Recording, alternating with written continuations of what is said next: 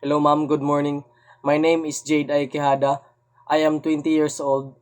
I am from Puroctus, Baliti, Surigao del Sur. And now I am taking Bachelor of Science in Criminology. I consider myself as a simple person, friendly, and hardworking person. So sa akong free time, ganahan ako magduwa ng basketball o billiard. Ini na hobby, yakatabang sa ako para ma-stay active, improve my focus, and teach me discipline, teamwork, and patience.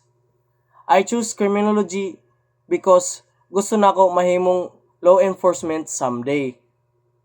I want to serve and protect the community while helping maintain peace and order.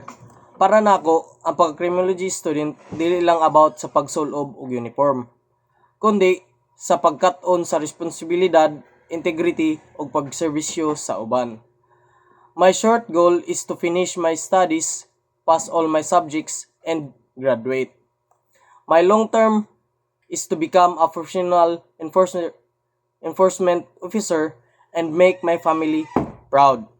5 to 10 years from now, makita nako kagalingon nga gaserbisyo sa tanan katawhan og maging honest sa komunidad ug may dedikasyon na motabang sa tanan tao na nanginahanglan.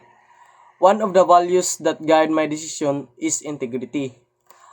I am believing in doing the right thing even when no one is watching.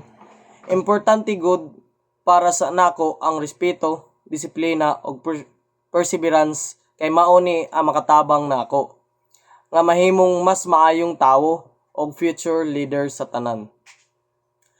When I have to make the important decision, dili ko magdali-dali. I think carefully about my consequence and also to the advice of my family and trusted people. Kung magtrabaho ko with different personalities, I always respect everyone and cooperate because teamwork is very important. I am become a law enforcement professional in the future. I will serve my community with honest, fairness, and compassion. Gusto na ko ang mga tao makasulti nga kasaligan ko og seryoso ko sa akong trabaho. What motivates me to keep moving forward is my family and my dreams. Sila ang akong inspirasyon nga maningkamot ako og dili mohunong hantod maabot nako ang akong mga goal.